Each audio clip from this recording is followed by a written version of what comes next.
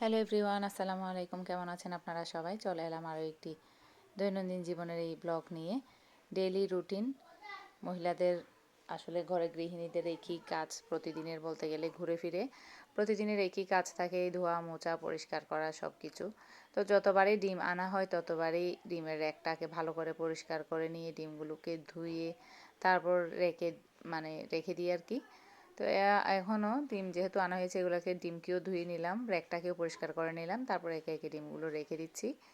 এভাবে করে রাখলে আর ডিমে যে ময়লা লেগে থাকে বা জীবাণুটা থাকে, এটা কি বলবো, ভালো লাগে আর কি পরিষ্কার করে রাখলে, জীবাণুমুক্ত।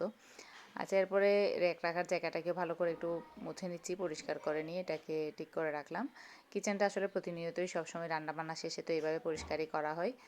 আর এখানে কিছু তরকারি আগের দিন রাত্রে নিয়ে আসা হয়েছিল, তারপর ওগুলো তখন আর খুলে নিয়ে এখন দিনের বেলা সকালে উঠে এগুলোকে ঠিক করে নিচ্ছি। এখানে একটা বড় ছুরি শুটকি, আসলে শীতকালীন সমস্ত সবজি দিয়ে ছুরি শুটকিটাই আসলে খুব বেশি মজা লাগে। শিম বিচি, ফুলকপি, তারপর শিম, নতুন আলু, টমেটো, তারপর মূলা, সব কিছু, বেগুন, সব কিছু দিয়ে আসলে এই শীতের যে তরকারিটা আছে। চিংড়ি মাছ দিয়েও মজা হয়, তবে আমার চিংড়ির চাইতে ছুরি শুটকি দিয়ে রান্না করলে বেশি মজা লাগে। তাই ছুরি শুটকি একটা বড় থেকে নিয়ে আসি। এটাকে যেহেতু অনেক বড়, দুবার করে রান্না করা যায় তরকারি দিয়ে। তো আর শিম বিচি দিতে হবে অবশ্যই, শিম বিচি দিলেই তরকারিটা খুব বেশি মজা হয়। আমার পরিবারে তো সবাই খুব বেশি পছন্দ করে এই সবজিটি। তো এখানে ফ্রাইড রাইস করে নিচ্ছিলাম বাচ্চাদের জন্য। সকালে রাতের একটু ভাত ছিল, ওগুলো নিয়ে আমি এখানে পেঁয়াজ কলি, পেঁয়াজ পাতা, পেঁয়াজ, ডিম সব কিছু দিয়ে, টমেটো, গাজর সব কিছু দিয়ে এখন আমি এখানে একটা ম্যাগি মশলাও দিব। আর ভাতটাকে ভালো করে নেড়েচেড়ে এটাকে ফ্রাইড রাইস করে নিব। সকালবেলার জন্য ঝটপট নাস্তা বা ঝটপট ব্রেকফাস্ট বলা চলে। এটা খেয়ে গেলে বাচ্চারা স্কুলে যেহেতু যায়, সারাদিনের অনেক ধকল থাকে, অল্প একটু পরোটা বা রুটি খেয়ে গেলে ওটা আসলে সাথে সাথে ওদের খিদা লেগে যায়। তো আমি রাতে যদি ভাত থাকে, এভাবে করেই আমি ফ্রাইড রাইসটা করে দিই। আর রাতে একটু ভাতটা বাড়িয়েই রান্না করি, যাতে সকালে একটু ভাত থাকে মতো। যেহেতু প্রতিদিন স্কুল থাকে, স্কুলে যেতে হয় প্রতিদিনের। আর রুটিন স্কুল যেহেতু দুপুর টাইমে 12টা 11টার দিকে, তো একটু ভাত খেয়ে গেলেই মনটা একটু শান্তি থাকে আর কি। আর এখানে রান্নাবান্না শেষ, সেই তরকারিটা রান্না করে নিলাম বেগুন দিয়ে। আর এখানে আরও কী কী জানি রান্না করে নিয়েছি, ডিমের কোরমা। আর আসলে বাচ্চারা ডিমের কোরমাটাই পছন্দ করে। এখানে চিংড়ি বোনা, একটুখানি চিংড়ি বোনা করে নিয়েছি, ডিমের কোরমা করে নিয়েছি, আর এটা আগের দিনের অল্প একটু তরকারি।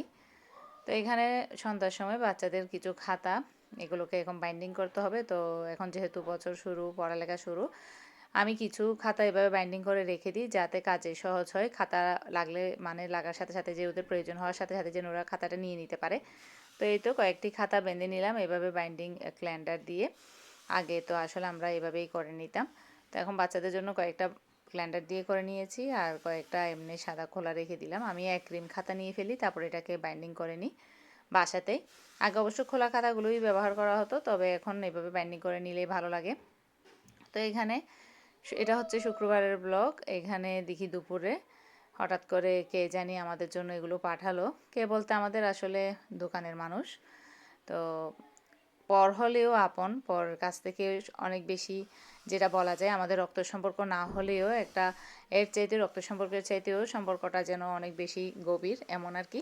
তো এখানে ডিম, তারপর এটা মুরগি, দেশি মুরগির ভুনা, আর তারপর হাঁস ভুনা, তারপর গরু ভুনা আর পোলাও, সব কিছু নিয়ে তারা, এগুলো নাকি তারা পিকনিক করছিল, তো এখানে আমাদের জন্য একটু নিয়ে এলো। তো এটা হচ্ছে হাঁস ভুনা, খুব বেশি মজার ছিল হাঁস ভুনাটি। তো এটা হচ্ছে এখন রাতের সন্ধ্যার ভিডিও। সন্ধ্যার পরে এটা নাস্তা, বাচ্চাদের জন্য কিছু নাস্তা নিয়ে এলাম। তো তারা কিছু খেতে চাচ্ছিল, তো তাদের জন্য ভাবলাম একটু বার্গার নিয়ে আসি। সিজল থেকে বার্গার একেবারে ওখান থেকে কাট করে নিয়ে এসেছে। বাচ্চারা তো আসলে এই সমস্ত ফাস্ট ফুডগুলোই বেশি পছন্দ করে, তো তাদের জন্য এগুলো নিয়ে এলাম। সন্ধ্যার নাস্তা হিসেবে এটা আসলে ঠিকই আছে, তবে সসটা একটু বেশি হয়ে গিয়েছে এখানে। ওদের এই সসটা একটা খেয়ে তো আমার আসলে পেটে মোচড় দিয়ে রয়েছে, এই এত বেশি সস এটা। তো আজকের জন্য এই পর্যন্তই।